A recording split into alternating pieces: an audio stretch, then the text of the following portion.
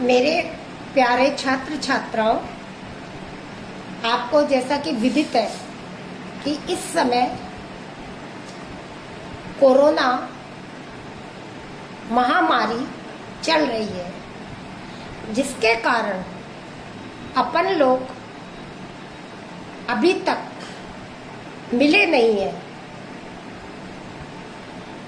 लेकिन आप लोगों का सिलेबस समय पर पूर्ण हो जाए,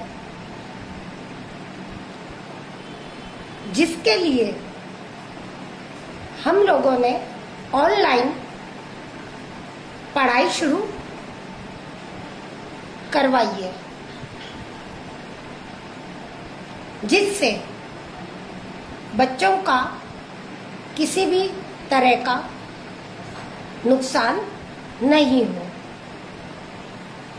किसी भी चीज की शुरुआत करने से पहले इंट्रोडक्शन दिया जाता है, तो मैं आपको अपने बारे में बताती हूँ। मेरा नाम डॉक्टर नीता अवस्थी है। मैं भूगोल की सह आचार्य हूँ। राजकीय कला महाविद्यालय में मैं हूँ।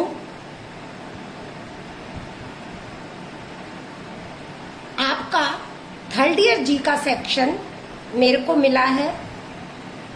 थर्ड ईयर जी में आपके थ्योरी के जो पेपर है वो मैं पढ़ाऊंगी। थर्ड ईयर में 2 पेपर हैं, एक भारत का भूगोल और दूसरा एशिया का भूगोल। आपको पता ही है, भूगोल कंपटीशन की दृष्टि से भी बहुत अच्छा विषय है। अतः यदि अपन इन दोनों ही पेपरों का अच्छी तरह अध्ययन करेंगे तो हमें इस विषय की जानकारी तो पूरी तरह मिलेगी ही, साथ में हम कंपटीशन के एग्जाम में भी आगे काफी उन्नति कर सकते हैं। यानी कंपटीशन के एग्जाम में हम विजय हो सकते हैं। लेकिन ये सब कार्य तभी हो सकते हैं जबकि हम उस विषय का भली भांति अध्ययन करें। तो मैंने आपको बताया कि मुझे थर्ड ईयर जी सेक्शन मिला है। सबसे पहले मैं आपको भारत का भूगोल जो आपका पेपर है उसकी शुरुआत कराऊंगी। देखिए, यदि आपको जिस उद्देश्य को लेकर चले हैं कि हमें आगे निकलना है, अच्छी पोस्ट लेनी है, कंपटीशन का एग्जाम फेस करना है और अच्छे नंबर प्राप्त करने हैं, तो बहुत सी बातें हैं जो आपको शुरुआत में मैं बताना चाहती हूँ कि किस तरह आप अच्छे अंक प्राप्त कर सकते हैं। जैसे नंबर, कई बार छात्र छात्राएं ये कहते हैं कि हमने पेपर बहुत अच्छा किया था लेकिन पता नहीं नंबर कैसे कम आ गए। ये नंबर कम आने के कई कारण होते हैं। बच्चों, जैसा कि आपको पता है कि एग्जाम में सभी छात्र बैठते हैं, एक ही क्वेश्चन को अलग अलग छात्र अलग अलग तरह से लिखते हैं, तभी नंबर अच्छे आ सकते हैं। कोई भी क्वेश्चन, मैं आपको उदाहरण दे रही हूँ, मान लीजिए आपका जलवायु का क्वेश्चन है, आपके छात्र का ए वो भी वही बात लिख रहा है, बी भी वही बात लिख रहा है, सी भी वही बात लिख रहा है, तो आप बताइएगा कि एग्जामिनर किसको ए श्रेणी के नंबर देगा, किसको बी श्रेणी के नंबर देगा, किसको सी श्रेणी के नंबर देगा। यानी तीनों का यदि मैटर एक सा है तो तीनों ही बच्चों के नंबर एक से आएंगे। तो हमें अपने क्वेश्चन में का उत्तर देने से पहले बहुत सी बातों की जानकारी होनी चाहिए, तभी हम अच्छे अंक प्राप्त कर सकते हैं। जैसे नंबर 1, भूगोल आपका ऐसा सब्जेक्ट है जिसके अंदर यदि आप मैप देंगे, डायग्राम देंगे, चित्र देंगे तो आप अंक अधिक प्राप्त कर सकते हैं। अब मैप और चित्र देने से आपको कई फायदे होंगे। नंबर 1, मैप से कोई भी एग्जामिनर आपकी कॉपी खोलेगा तो उसको अलग ही पता पड़ जाएगा कि इस बच्चे को ज्योग्राफी का ज्ञान है। डायग्राम देंगे, आपका डायग्राम से किसी भी चीज का प्रोडक्शन दिखाना है या कुछ भी आपको जनसंख्या दिखानी है तो डायग्राम को पढ़ने का तो एग्जामिनर को बाद में सोचेगा, पहले तो आपके मैप और डायग्रामों को देखकर ही वो प्रभावित हो जाएगा। अतः आप जो भी क्वेश्चन करें उसमें यदि जहां तक संभव हो मैप और डायग्राम दे। दूसरा, मैप और डायग्राम से आप कोई भी क्वेश्चन समझा रहे हो वो एग्जामिनर अच्छी तरह समझ लेगा। दूसरा, ये चित्र देने से आपको उस विषय को उस चीज को समझाने में, जो भी टॉपिक आप जो क्वेश्चन है उसको समझाने में आपको लिखना कम पड़ेगा और चित्र के माध्यम से आप उसको समझा देंगे तो आपका राइटिंग भी अच्छा आएगा। तो मेरा यही कहना है कि अधिक अंक प्राप्त करने के लिए मैप, डायग्राम इसका अधिक से अधिक इस्तेमाल करें। अब अपन आते हैं भारत का भूगोल, आपका पेपर है जिसका आपको आज मैं इंट्रोडक्शन देती हूँ। शुरुआत अपन बाद में करेंगे, पहले मैं पूरा आपको भारत का भूगोल के विषय में बताऊंगी कि इस विषय में आप क्या क्या पढ़ेंगे। देखिए, भारत एक विशाल देश है।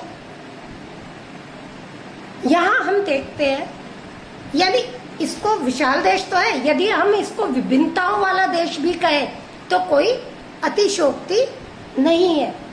चाहे आप इसको धरातलीय स्वरूप की दृष्टि से लें, इसको चाहे आप जलवायु की दृष्टि से लें, वनस्पति की दृष्टि से लें, मिट्टी की दृष्टि से लें, जनसंख्या की दृष्टि से लें, उद्योग धंधों की दृष्टि से लें, आपको यहाँ बहुत अधिक विभिन्नता देखने को मिलेगी।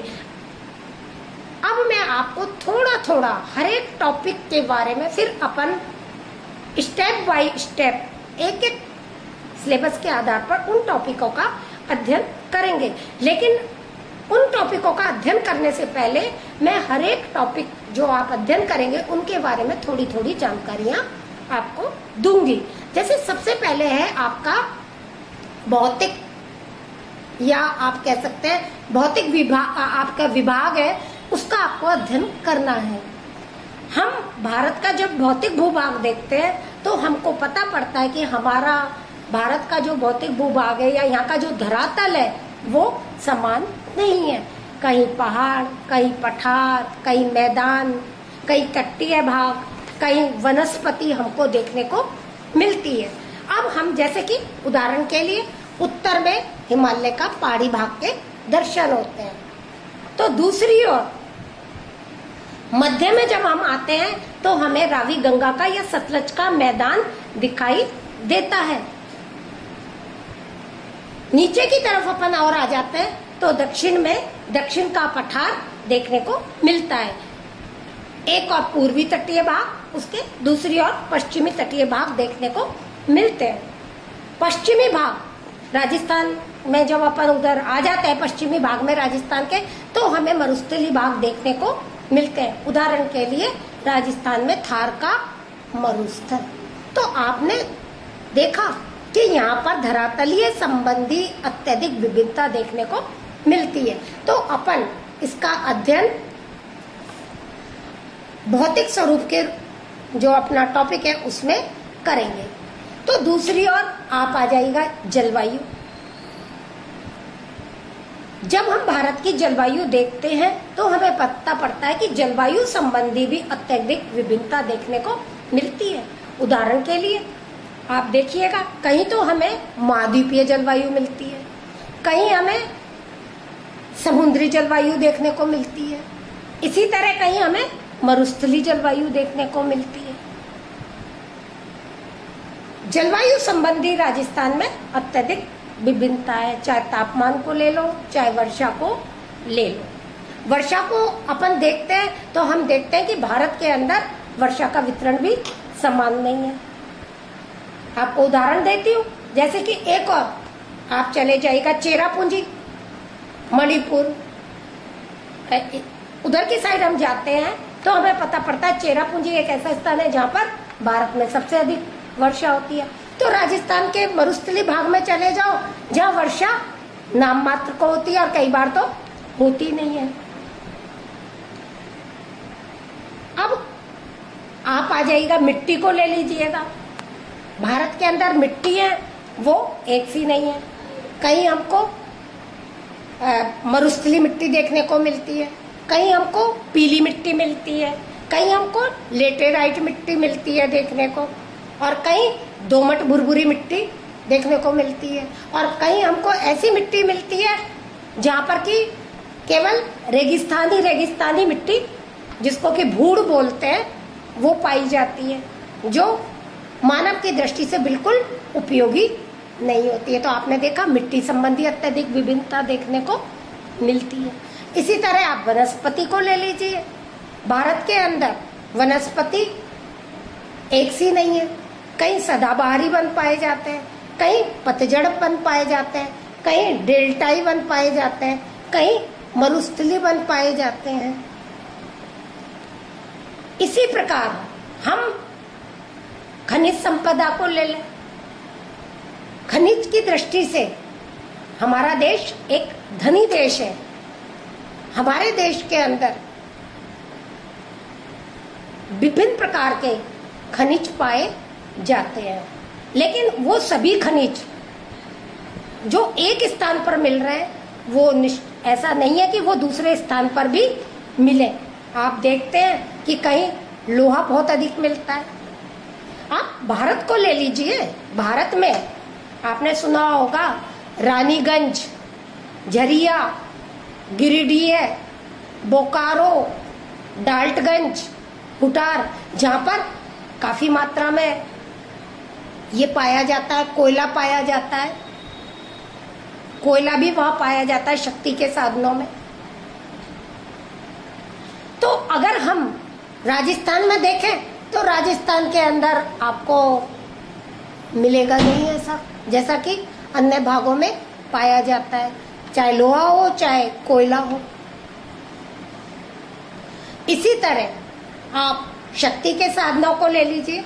शक्ति के साधनों में भी हमारे भारत के अंदर कहीं पेट्रोल पाया जाता है, कहीं कोयला पाया जाता है। जैसे कि कोयला, जो क्षेत्र मैंने अभी बोले थे, इन भागों में अत्यधिक पाया जाता है। रानीगंज, गिरिडीह, बोकारो, डाल्टगंज, हुटार, इन भागों में पाया जाता है।